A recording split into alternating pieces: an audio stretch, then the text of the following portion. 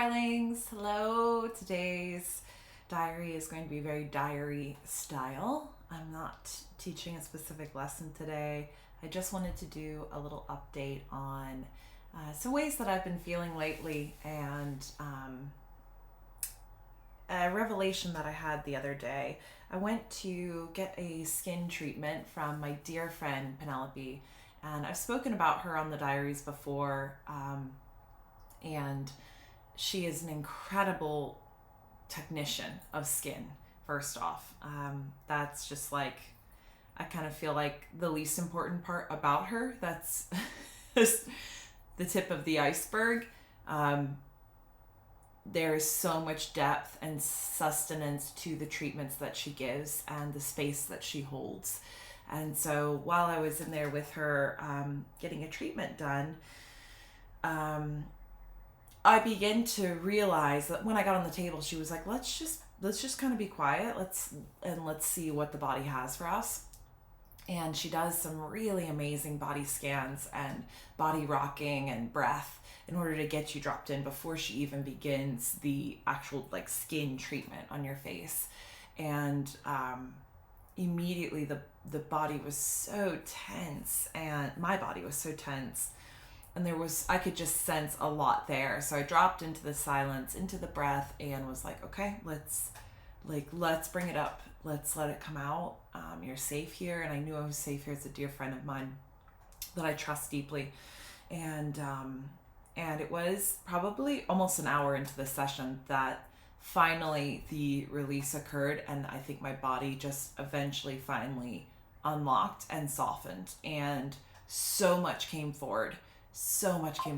And a lot of it is beyond my comprehension still. It's beyond my ability to verbalize, but it reminded me of the old adage that the body keeps the score. And I think while my body was releasing, steep tears emerged out of my soul. It's just these like war cries almost of my body and my femininity, my root, my sexual organs, my chakras. It was just all of it was like being wrung out. And we know the body holds emotion. We know the cells hold emotion. This isn't breaking news. It's proven. And so that's what started happening. And she and I have worked together so much that we can really effectively psychically communicate. And so she was like, oh, and I'm like, oh. And so we both were picking up on what was happening, and her body was experiencing the wounding as if it was happening to her. This can often happen with channelers and intuitives and psychics. They sort of will sense and feel the pain as if it's their own, in order to understand it and ideally help move it and not take it on. That's the goal. And some healers won't even allow that. They have a boundary where I don't want to experience the pain. You can communicate it to me in another way. So that's kind of like a digression, though. There's a lot to that.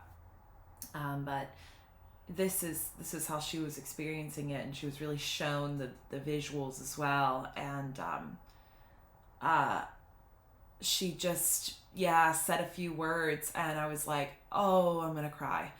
And it was like a flood came over me, and like a dam broke, and as I was just letting myself cry, but I was like, what exactly was not addressed, or what was shoved away, or what was repressed? And I was getting really curious so that I could understand and go deeper as well in the future. And I wasn't getting a lot of information around it. And she reminded me, she was like, just let the body release. It's okay.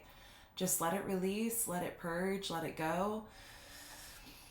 And like, honor that version of you that's just a woman, that's just a girl, that's just feminine. And she's like, you don't have to alchemize this into a lesson for anyone or teach it. It's kind of funny that I'm here teaching it now in this way, but it's helpful for me to speak about it. And maybe it'll be helpful for you in some way if you've had this happen or feel like you need to let this happen. Oh, excuse me. even still releasing it, letting it go, and moving the body and letting it just kind of shake out. A lot of physical movement can help the body release. Treatments from service providers who actually know and understand how emotion is held in the body is really, really beneficial and helpful. Lymphatic drainage, gua sha. These tactics and tools were what were being used in my session.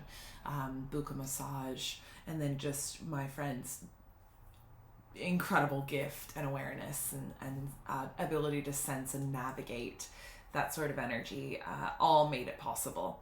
So it was incredible, and since then I've still been integrating some of what came up, and I think reflecting on how I can continue to honor that version of me, that part of me. It feels distinctly different than the priestess version of me, the teacher, the coach, the guide, the mentor, the daughter, the sister. It's like it's a whole nother. Maybe it's the lover, maybe it's the woman in me, just like simply, solely, only. It's something I can't really put words on yet, but I want to invite her to take up more space, because I feel like she has a lot of gifts and medicine to bring me, and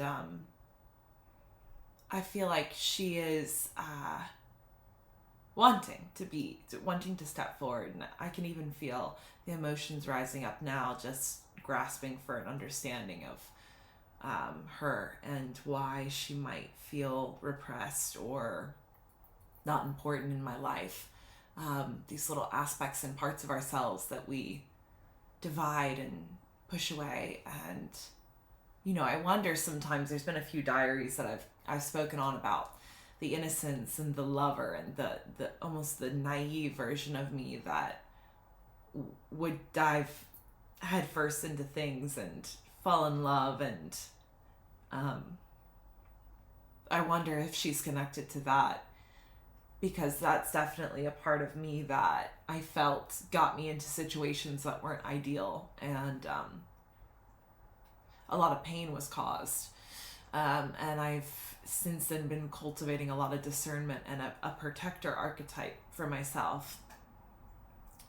So it's like a balance almost, is what I'm feeling. It's like, yes, you need the protector, you need the discernment, and also that lover part of me, that woman that just wants to be held and nurtured and cherished. It's such an incredible balance to be on your own, in a way, without that balance of the masculine, and have to hold all of those pieces of you, the protector and the defender, and your soul purpose, and that priestess version of you, and your teacher, and the role you play for work, and the provider role, and then the feminine role, and the lover, and the artist, and the creative, the nurturer. It's just, there's so much, and I find sometimes it's really easy to beat myself up for not having it all perfectly aligned. But I also think that I don't know, maybe it'll possibly always be a recalibration consistently as you move forward in life, and as you experience new things. It's like, okay, now we gotta balance that back out, and we gotta balance that back out. And my hope, though, is that there will be a time where I can have that counterpart, that masculine protector provider, and that can help free up a lot of the versions of me that don't get so much room right now. I really miss them in a way. I think they used to be more expressed in me, again, from a place of naivety, and from a place of trust in people that I thought were my protectors and providers. And maybe in some small aspects they were. But it's going to be so exciting to really be able to witness that energy that is authentic and true and honest and trustworthy. I really look forward to it. So thank you so much for listening to my diary. I hope that it serves you in some way or causes some sort of reflection for you. And I love you all, and I will see you so soon.